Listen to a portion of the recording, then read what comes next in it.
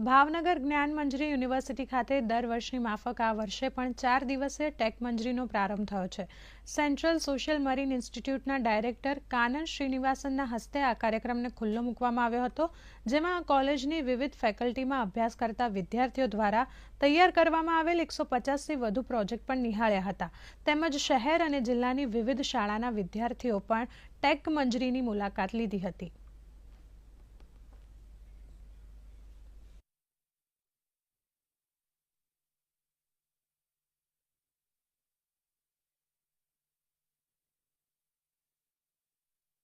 આપણે સૌથી વધારે આપણે ઇન્ડિયામાં ખેતી થાય છે, ફાર્મર વધારે છે, તો એ લોકોનો પાક બળી જતો હોય છે અમુક નુકસાન લીધે। જાણે કે કોઈક એને રોગ થયો તો ઊંધી ભૂલથી દવા છટાઈ ગઈ તો પછી આપણે ઊંધી દવા છટાવવાથી રોગ આખો બળી જાય। એના માટે અમે એઆઈ બનાવ્યું કે જે તમે ફોટો પાડીને અપલોડ કરશો તો તમને સોલ્યુશન પરફેક્ટ આપશે 97 એક્યુરેસીથી।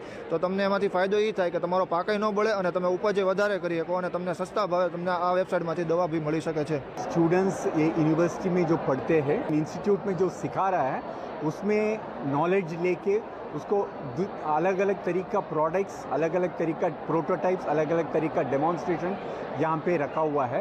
ભરોસો છે કે આવનારા સમયમાં આ બધા ઇનોવેશન્સ છે એ માનવ જાતને ઘણી બધી અંશે ઉપયોગી થઈ શકશે। અમને આ એક્ઝિબિશનમાં 200થી વધારે લોકલ ઇન્ડસ્ટ્રીયલિસ્ટનો સપોર્ટ મળ્યો છે। અલગ અલગ સામાજિક અને શૈક્ષણિક સંસ્થાઓનો પણ સપોર્ટ મળતો રહે છે, મીડિયાકર્મીઓનો પણ સપોર્ટ મળતો રહે છે। એટલે ખૂબ હર્ષની લાગણી અનુભવું છું અને સમગ્ર ટીમ અને વિદ્યાર્થીઓને ઉજ્જવળ ભવિષ્ય માટે હું હૃદયથી શુભકામના પાઠવું છું।